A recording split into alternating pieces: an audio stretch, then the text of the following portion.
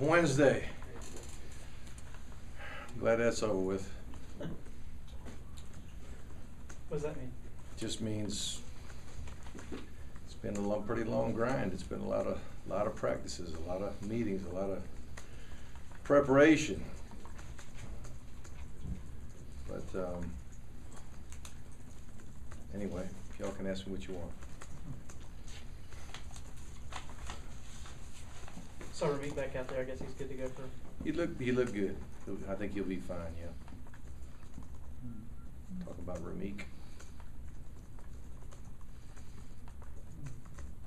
Mark, is there, with the numbers at receiver being what they are currently, have you looked at anybody else from another position? Is that? Well, there's too much to learn. Too much to learn.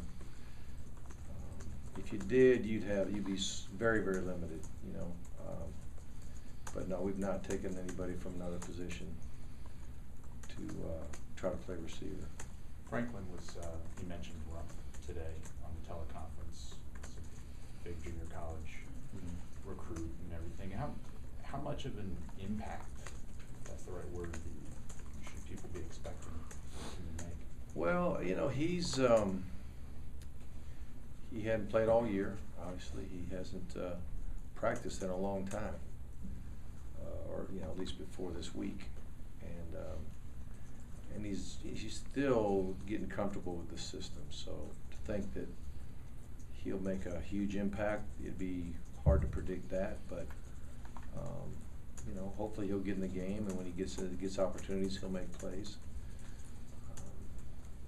Like I've said for a lot of years, that you know, our system has very few passes that are just earmarked for one guy. So if he's in the game and there's a pass called, he's one of many that might be in a progression. So he could easily get the ball thrown to him as well as anybody else.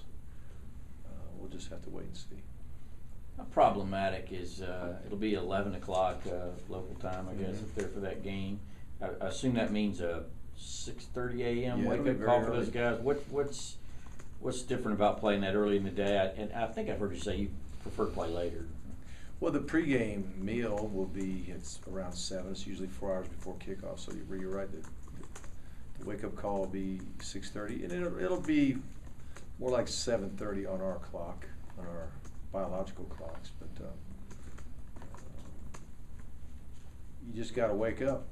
You got to wake up and get it going. And you know, pregame warm-up will be important. It'll be nice and cool, from what I understand. And everybody's got to do a good job of getting warmed up. We don't need any pulled muscles, and we need guys to be alert and active and ready to go. So that's going to be our jobs as coaches and their responsibility as players to do that. I remember right, the 2011 game at Ole Miss was like 11:20 or something local time too. Do you recall how we all able to do for that particular game? Well, that I mean, it was a battle. I know that. Was that the one where Cox and? No. It was just a couple of years ago when y'all went to Ole Miss. The game was 11:20, I think, local time. 2011, the last time y'all were at Ole Miss. Murray was obviously quarterback and everything. Was he? Yeah. And that was in 11? Yeah. I forgot that game. Did we win? Yeah, you won. I would say it was 27-13. Yeah. That's one. I don't remember. The one I remember was Cox's. when Cox was playing instead. That's the one that sticks in my brain. All right. That thing.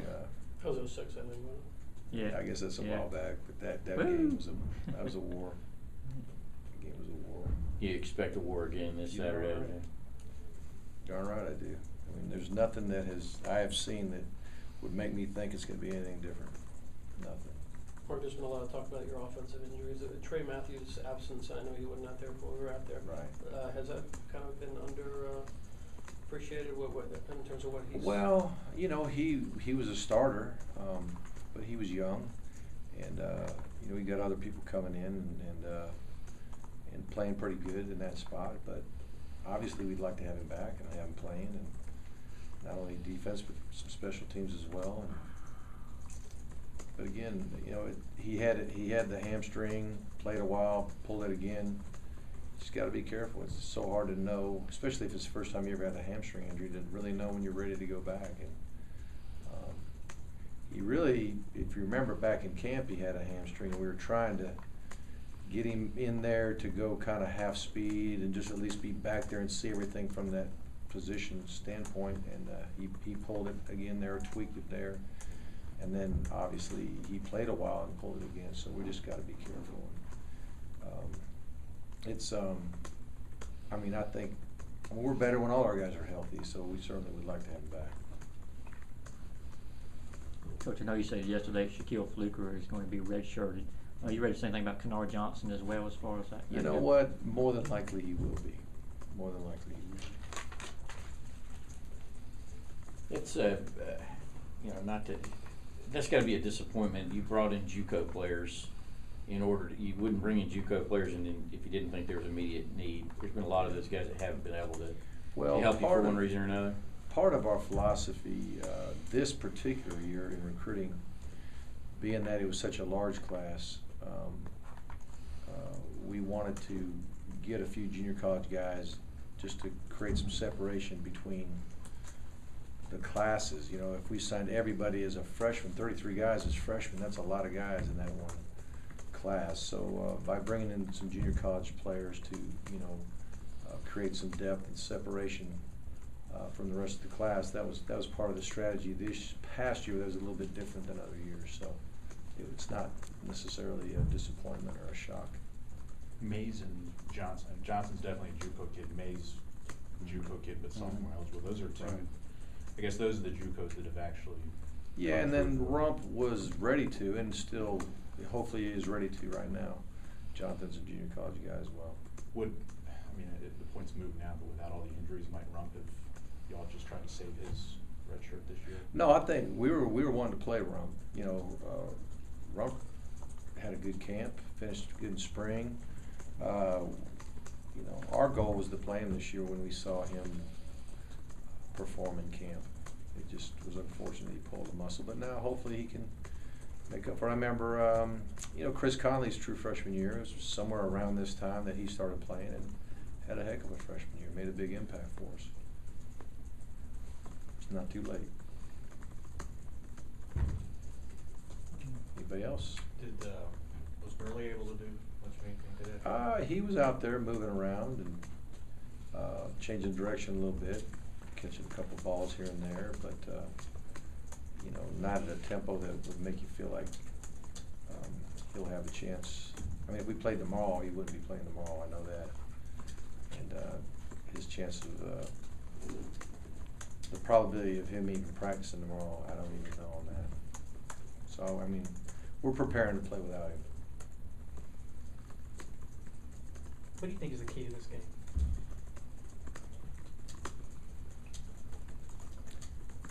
I mean, it's always just how well can you execute what you do. Obviously, our turnover ratio is not what it should be. We've lost a couple games where we were -1 and -4. The 2 games we've lost, we need to win that. Third downs on both sides of the ball have not been good enough. Those factors are probably the biggest on my mind right now. Coach, the running backs caught about half of Murray's passes on Saturday. Is that something you expect to see going forward with the lack of depth at wide receiver, or was that more just Missouri running to cover 2? And then Yeah, that was a big thing. Missouri was a very they're very committed to zone coverage, whether it was cover 2 or some type of a 3 deep, but it was pretty much zone coverage, true zone coverage. Some people will call it zone, but if somebody shows up in the area, they'll latch on man-to-man, they'll match man-to-man. They were spot dropping, getting to their places and kind of forcing us to take the check downs. And with the score getting the way it got, they really didn't have to get out of that plan. We were getting close.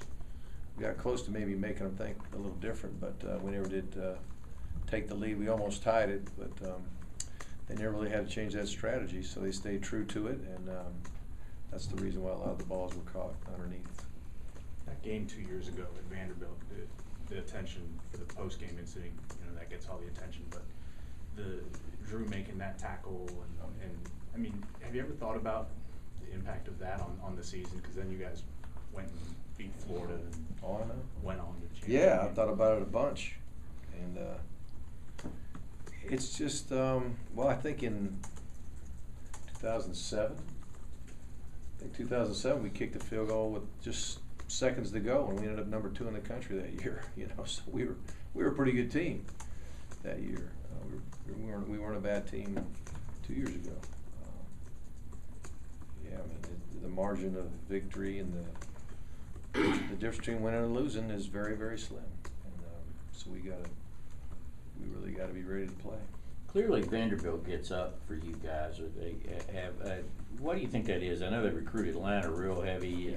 Well, they do have at least 19 guys, maybe 20 guys from Georgia. That may be part of it.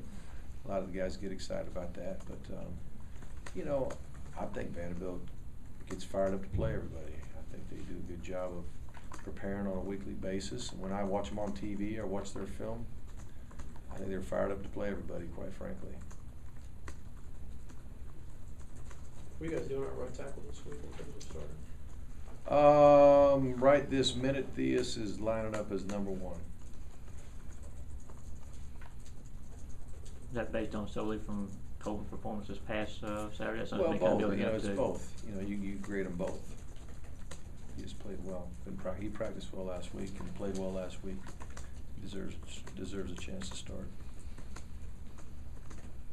Is it fair to say with Trey Matthews, same as Todd? Yeah, Trey isn't even attempting right now, you know, to do any football specific drills or anything like that. Todd's at least, you know, he's at least doing some things that were football related. Anything else? All right, gang. Thanks, Coach.